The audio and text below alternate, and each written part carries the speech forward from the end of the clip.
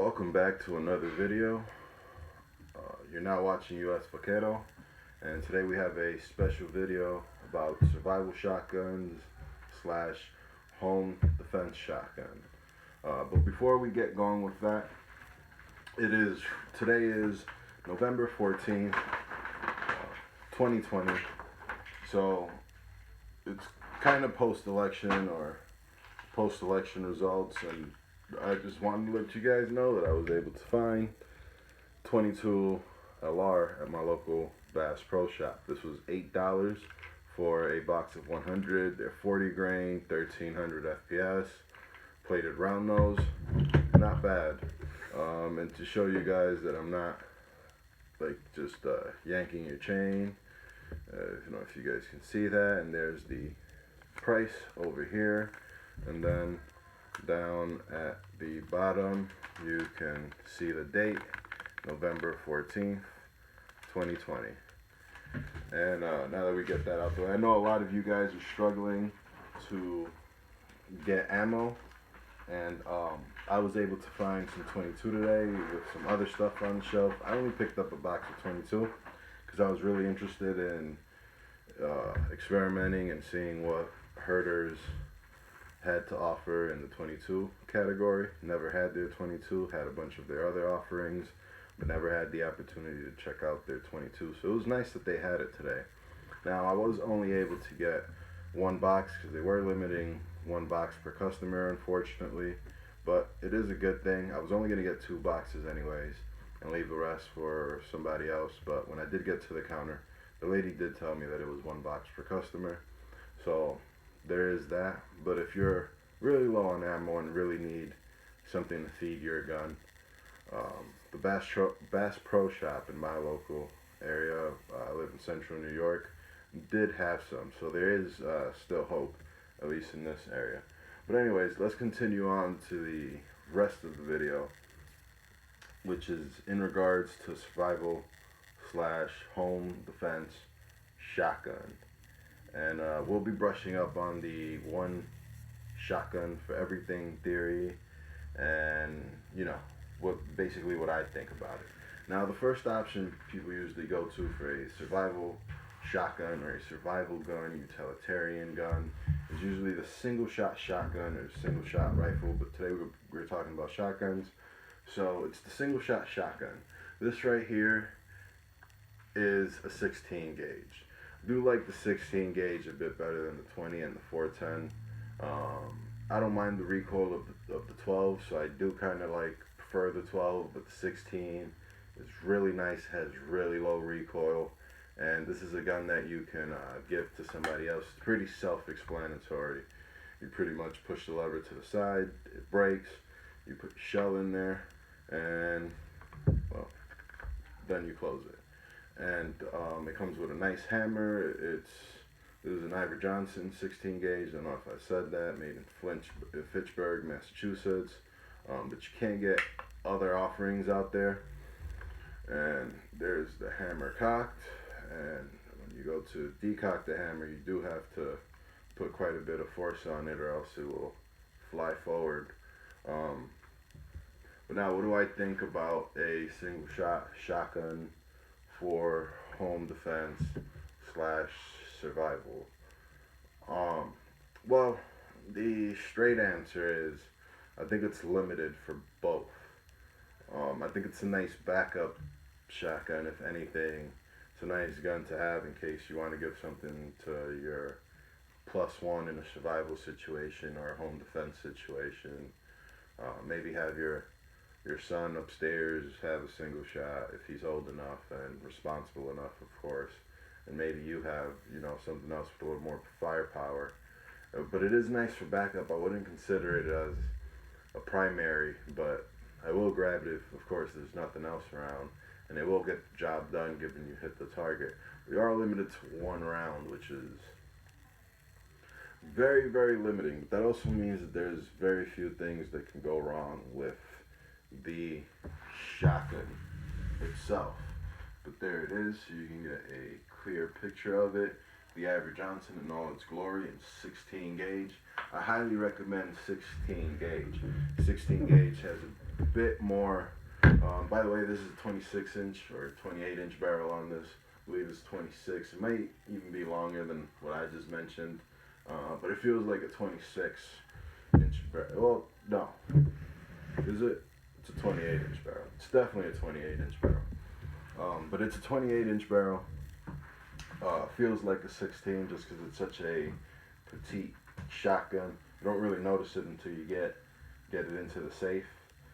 16 gauge is really nice because it's that midway point between 12 and 20. I feel a lot more comfortable with 20 for a home defense situation than I do for 20 for hunting. There are countless stories of people hitting and wounding an animal with 20 and the animal getting away. I think 16 and 12 are probably a little bit more reliable for those kinds of situations, and I don't know why the 16 gauge is overlooked. It has substantially less recoil than a 12 gauge. So if you have, if your wife's not the smallest of ladies, and not trying to be offensive, but if she's an average sized female, you might want to consider maybe a 16 gauge instead of the 20. Because the 16 gauge will have a little bit more versatility and a little bit more oomph. So there's that about the single shot shotgun. I highly don't recommend it. I kind of recommend it as a +1, but it's as utilitarian as a gun can get. If you want to disappear into the woods in a survival situation, it's not a bad choice. Not a bad choice. Now, the second kind of gun we'll be talking about is the double barrel. The double barrel is an American favorite it's a worldwide favorite when it comes to shotguns. And it's pretty self-explanatory. The same way the single shot is, you load 2 shots in there. You have 2 separate triggers. The triggers are aligned with the barrel. So the right trigger goes to the right barrel and the left trigger goes to the left barrel. It's pretty self-explanatory. And I highly recommend this. The main reason I recommend a double barrel over a lot of stuff is because a double barrel gives you the fastest follow-up shot. So if you wound something or miss your first shot, you still have that second shot to rely on. And 2 rounds of buckshot, even out of a 20 gauge such as this one, I kind of recommend more of a 12 gauge. There's a variety of nice 12 gauge double barrels out there that you guys can research. But this is a Universal, made in Spain. Now, I don't believe it's made anymore. It's from like the 80s or the 70s. But I recommend a little bit more of the 12 gauge variants of said double barrels. And like I said earlier, it gives you the second shot the follow-up shot is extremely quick, even faster than a semi-automatic with these. If you want to unload both cannons, you can. You technically can. You're not supposed to. It does put a lot of stress on the gun, but in a survival situation, you're not necessarily really.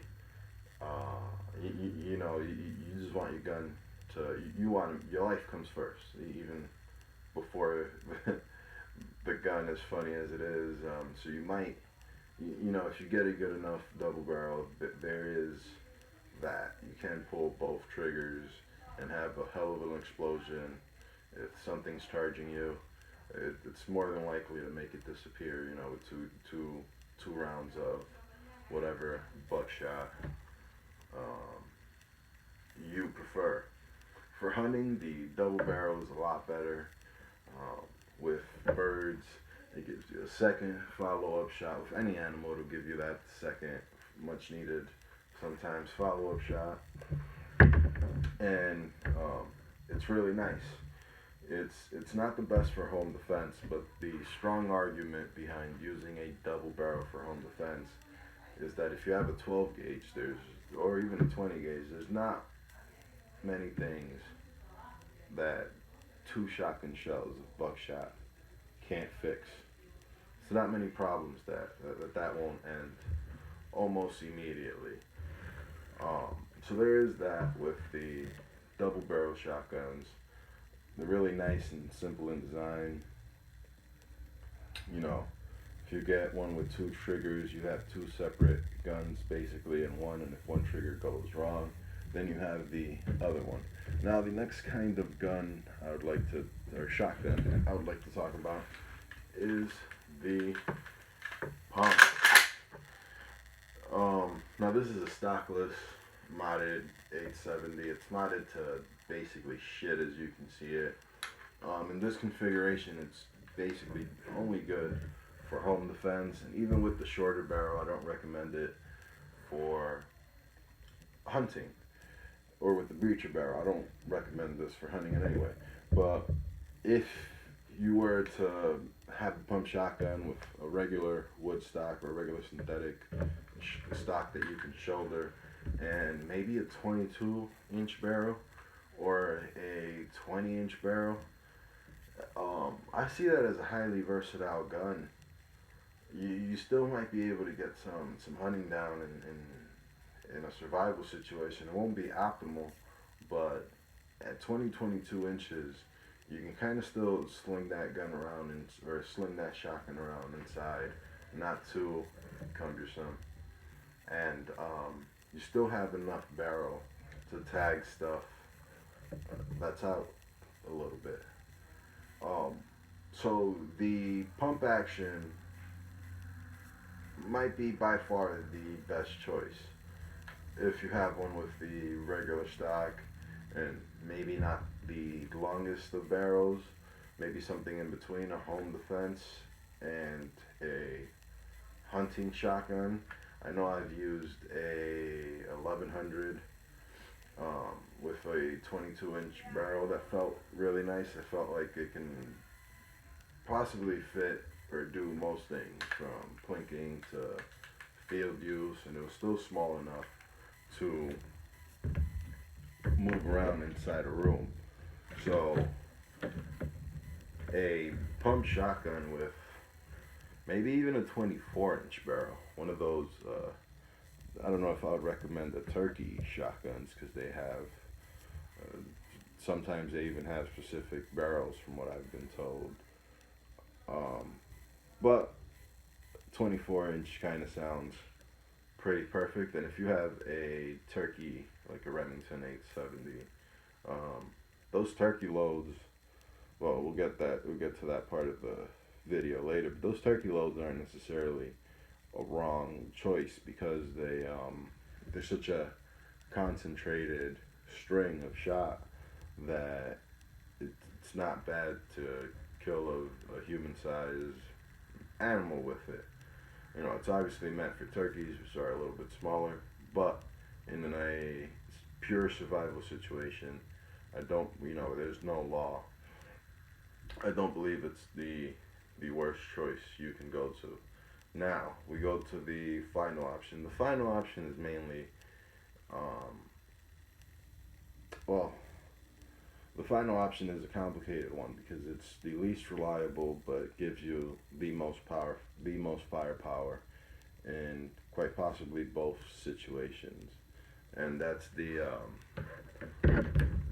semi-automatic shotgun. Now, the one I have right here is a Gershon MC312 Heavy Duty Tactical. These are made kind of nice, but any of the big brand name semi-automatic shotguns, and we're talking about the Stogers and the Weatherbys and the Mossbergs, all of those are great. And even if you get a little bit into the higher category, your Benellis, your Berettas, your FNs, and there's probably a few that I'm forgetting, but you know, all of those are great shotguns. It's pretty hard to go wrong with them. The nice thing about a semi-automatic shotgun is that in a self-defense situation, you don't have to worry about pumping anything. You're kind of just aiming and shooting and for the inexperienced shooter, I highly recommend a 20 gauge. Especially during these times. During these times, I recommend a 20 gauge over a 12 because the ammunition is easier to find. It's still kind of hard, but it is easier to find. But it's a lot more controllable in a semi-automatic configuration. As where a 12 gauge is gonna kick quite a bit more, obviously due to the bigger shell. Now for hunting, they're great.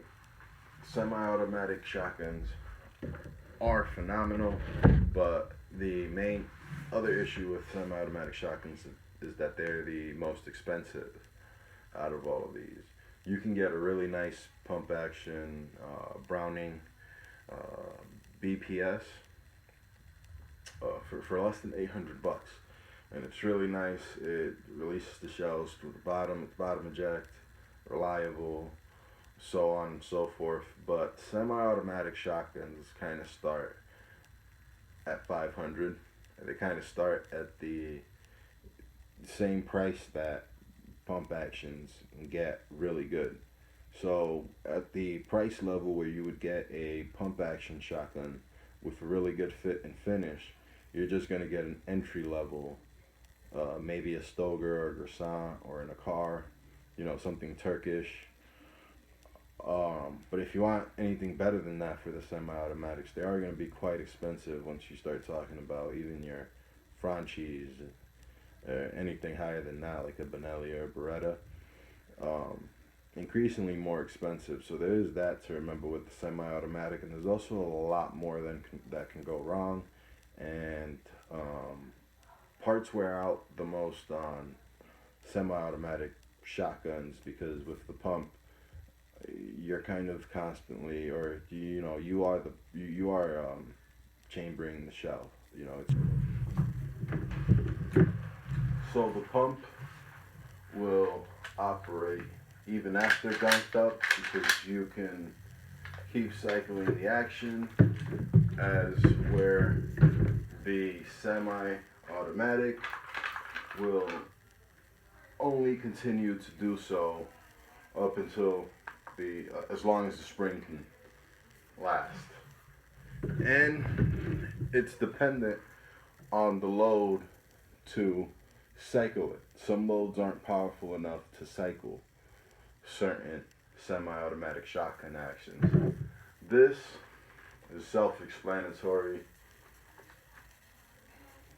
easy to use, and almost sure to fire every time. So for a survival / home defense all-in-one shotgun, I would recommend the double barrels and the pumps simply because of their reliability and the fact that they give you a decent amount of firepower, at least more than a single shot. Second shot is really important. And yeah, that's pretty much all for this video. Comment, rate, and subscribe if you liked. But we'll see you on the next one.